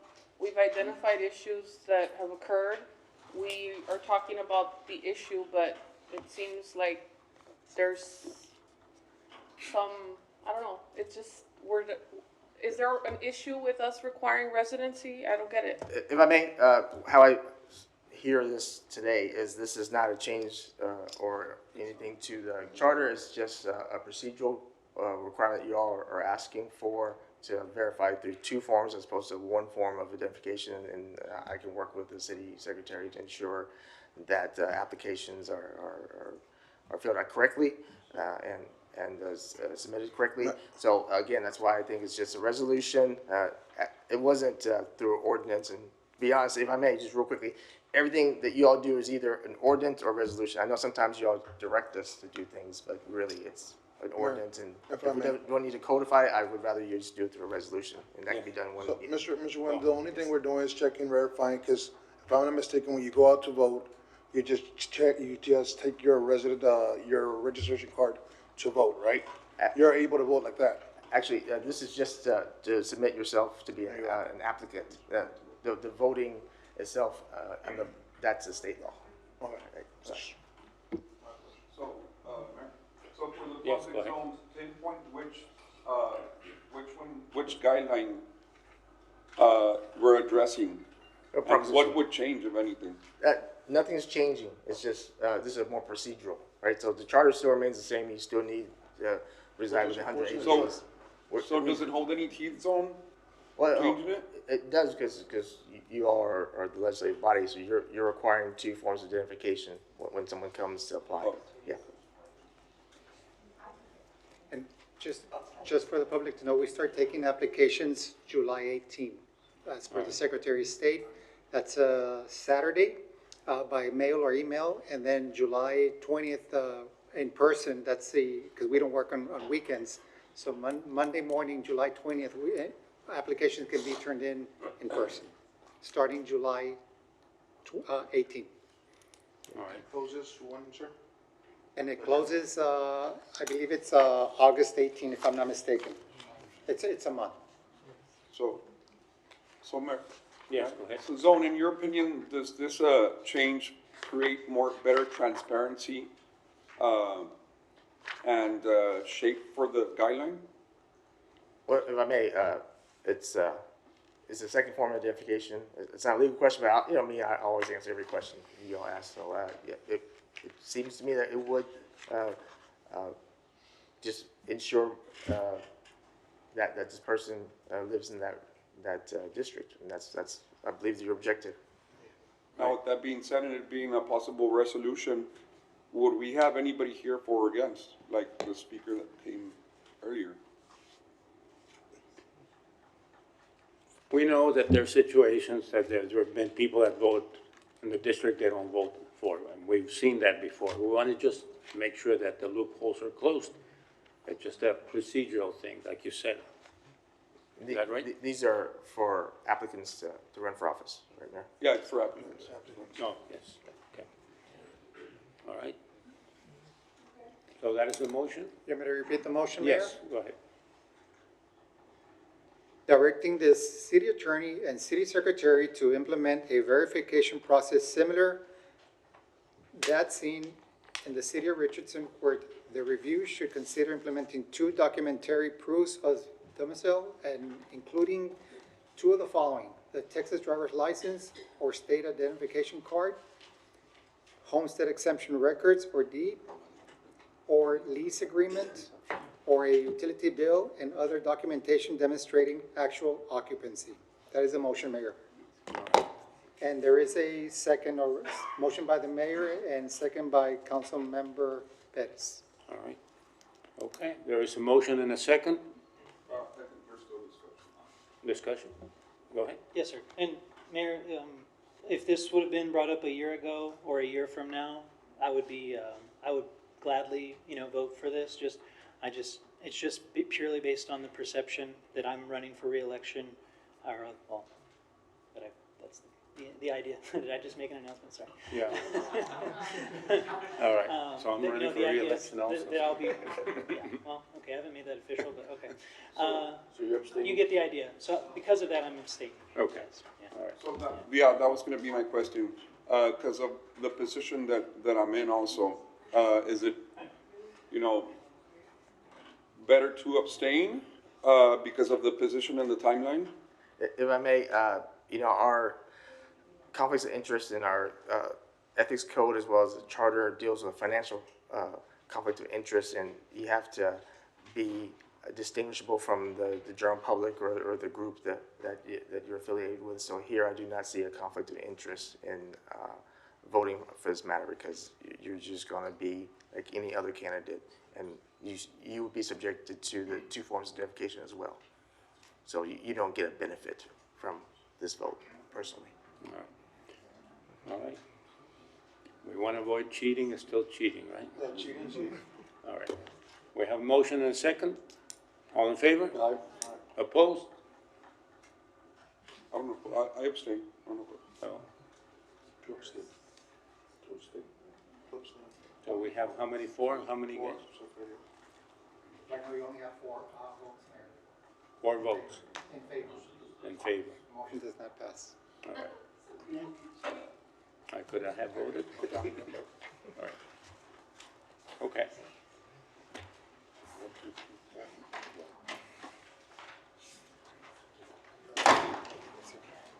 Next is, we're gonna go with final readings of ordinances, unless there's another item.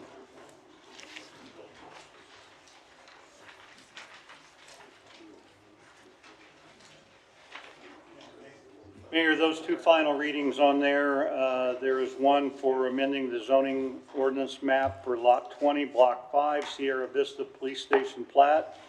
And then one for amending ordinance 2025, ordinance 223. They both relate to what we are doing in the south with the animal control substation. So it is a final reading, so it just needs the blessing of the council as to whether or not to move through. I believe we've had the public hearing as well already at the previous meeting for the second reading.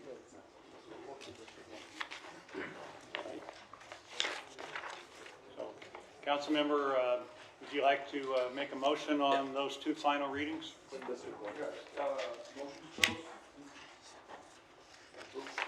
Motion to close and introduce. Oh, no, we already introduced. It's a final Yeah, reading, motion so to, it's just an approval. yeah, is Ms. Newstone here? Motion to approve?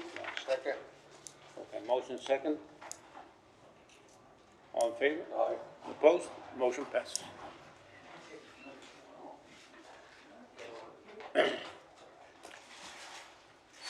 All right, Mr. Neb, you're up. Yes, sir, Mayor. This is for item 4 and number 5. And before I begin, these two items, they kind of walk together a little bit, but I do have in the audience, if we need to get into any of the technical information as related to these agreements and everything, we have Mr. David Earl and some of the members of the team with the Legacy Water Corporation and everything. So we're going to be able to go as deep as you need to go into this thing. I'm hoping that my presentation will actually shed enough light to it that as we go into the motions and everything. So today I am presenting two related agenda items concerning the city's long-term water future. The first protects the city's groundwater interests during the ongoing GMA 13 process. We talked about that at a special session about 30 days ago. The second provides an update on the Regional Water Development Initiative and requests your direction for management to continue its evaluation before we complete our due diligence. Before discussing the requested actions, I do want to explain where we are, what we've accomplished, and why these recommendations are before you today, because I think what we lose in the shuffle of all of this conversation is the great work that we're coming together with creating a water security for the city of Laredo as we walk through this. And so this is another piece of this.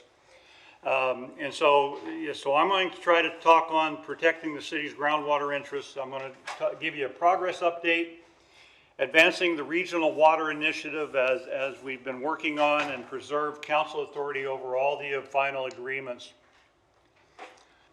So at our previous special meeting, council directed management to continue evaluating the proposed regional partnerships, complete our engineering, our financial, legal, and operational review, and return with recommendations.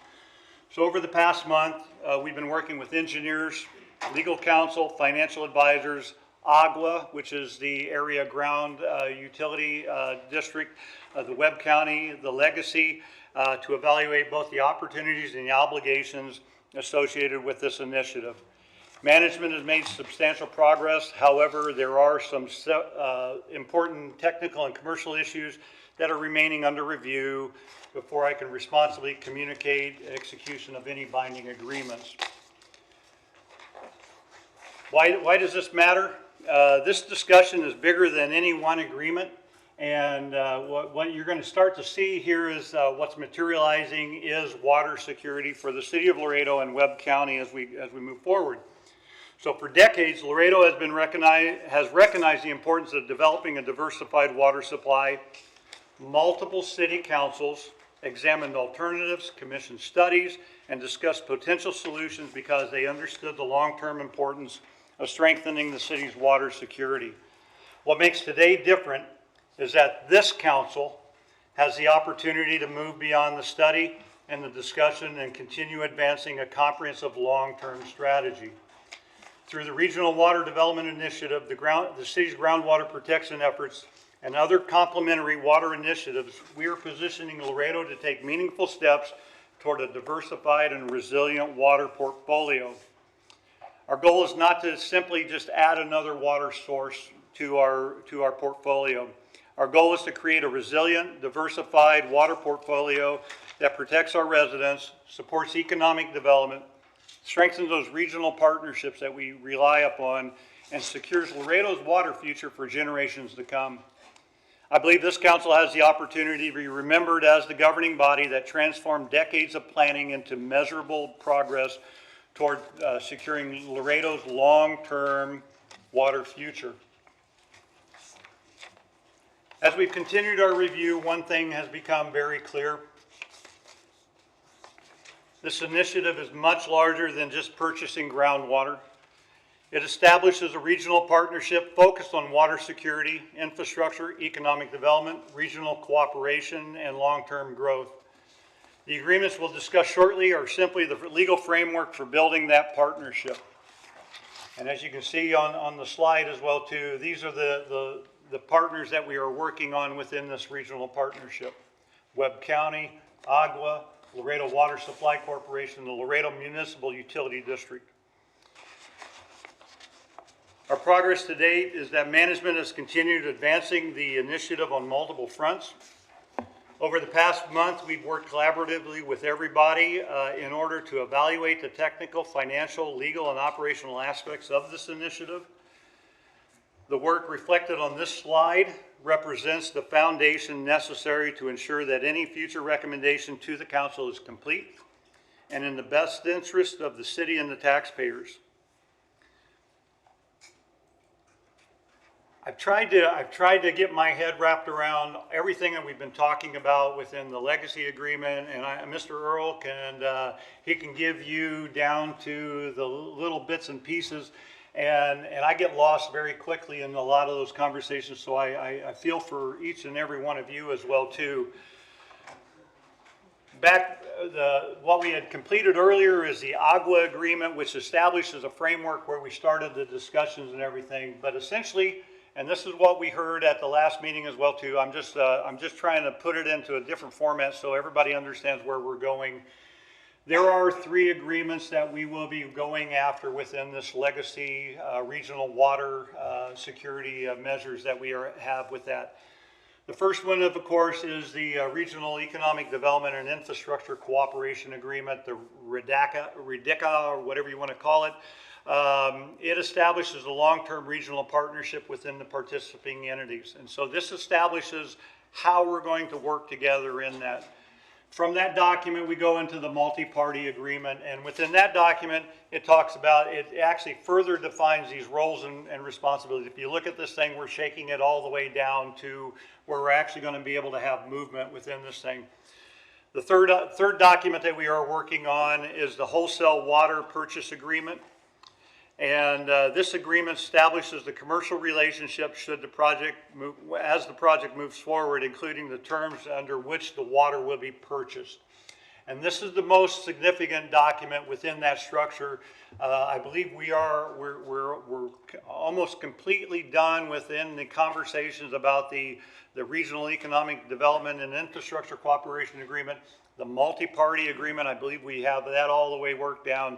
The Wholesale Water Purchase Agreement is the one that we are looking at very carefully, because within the conditions of that agreement, it says that how much water we're going to take and what we're going to pay for that water and how we assist with the infrastructure. So we're working on those, and this is we want to make sure that we do these agreements right, because if the foundation is built on not firm ground, this is where it becomes the challenging part of that. Today, Laredo relies only upon one water source, and that's the Rio Grande River. The long-term opportunity is the diversification of this portfolio. The diversification improves reliability, it strengthens the drought resilience, it creates operational flexibility, and it supports the continued economic growth. This initiative is about creating options for the future councils. You're going to help Laredo move forward within this whole entire structure for that. And so I want to make sure that you understand the difference between what the work that we've done with the Jasper Ruth Ranch and what this work that we are doing with Legacy as well too. They're both complementary of our overall system.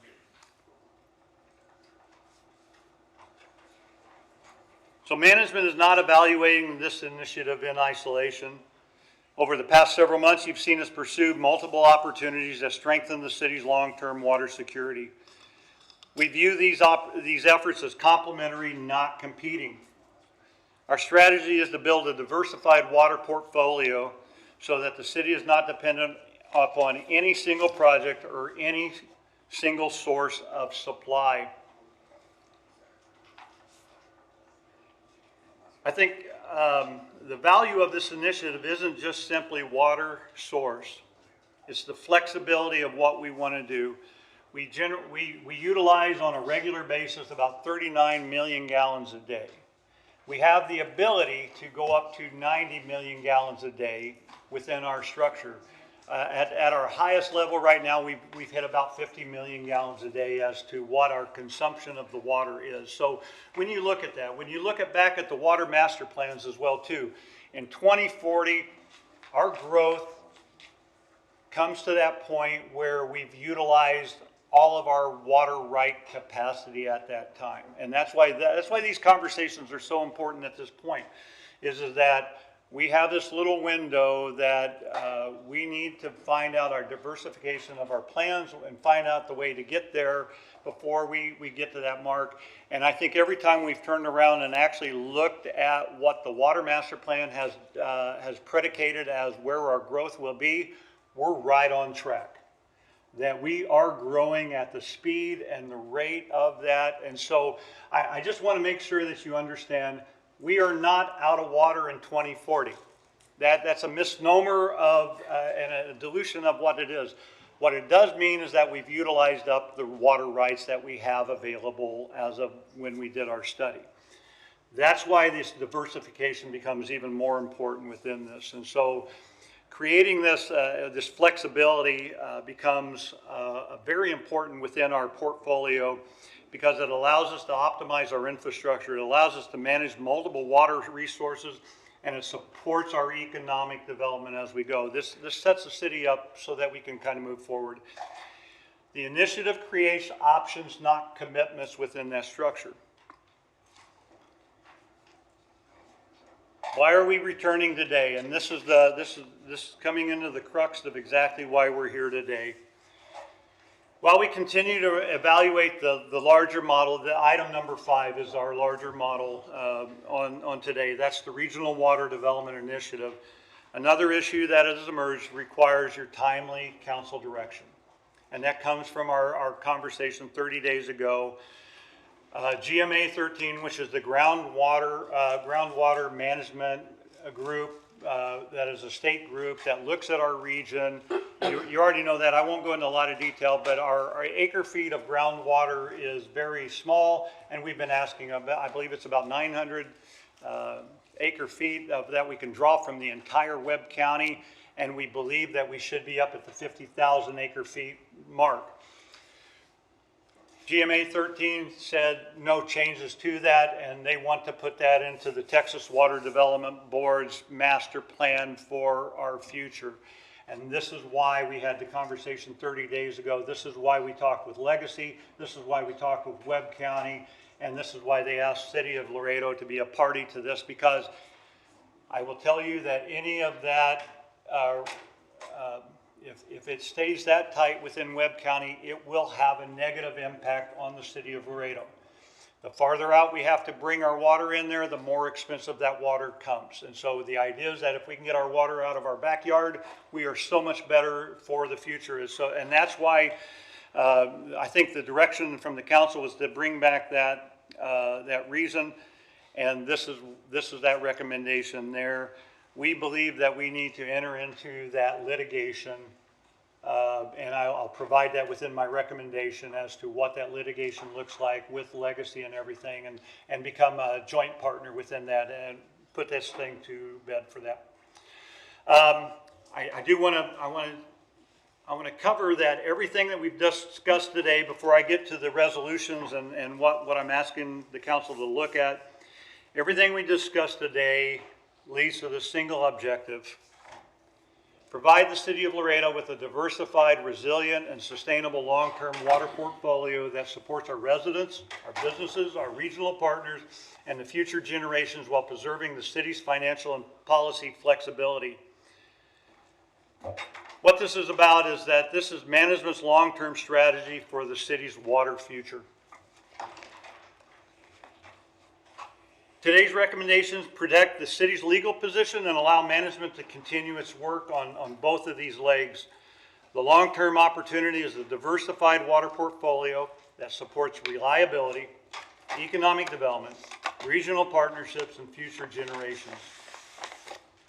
Today's actions preserve future opportunities while ensuring every binding commitment comes back to this council. With that background, I'd like to discuss the two actions management is recommending today.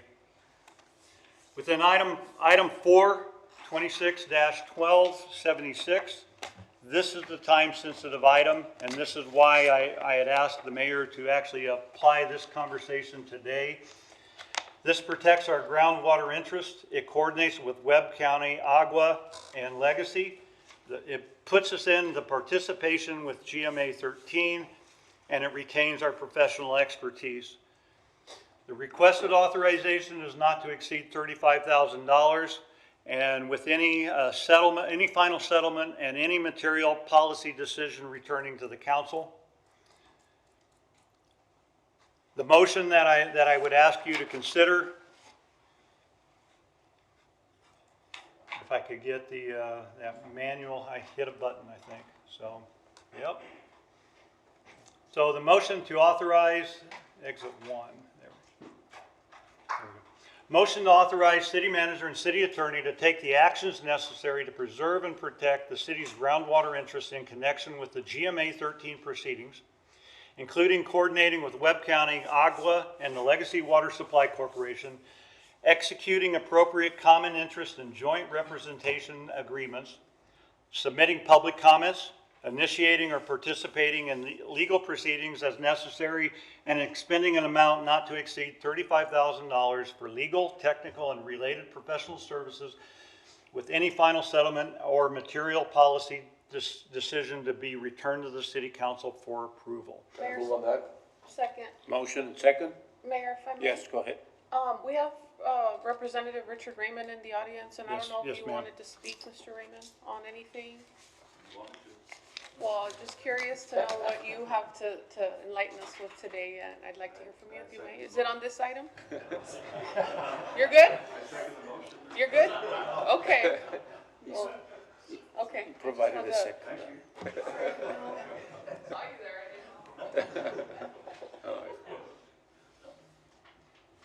didn't know. And Mayor, I know we have, Yes. I know we have the letter of support on this item from Senator Zaffarini here in front of us as well.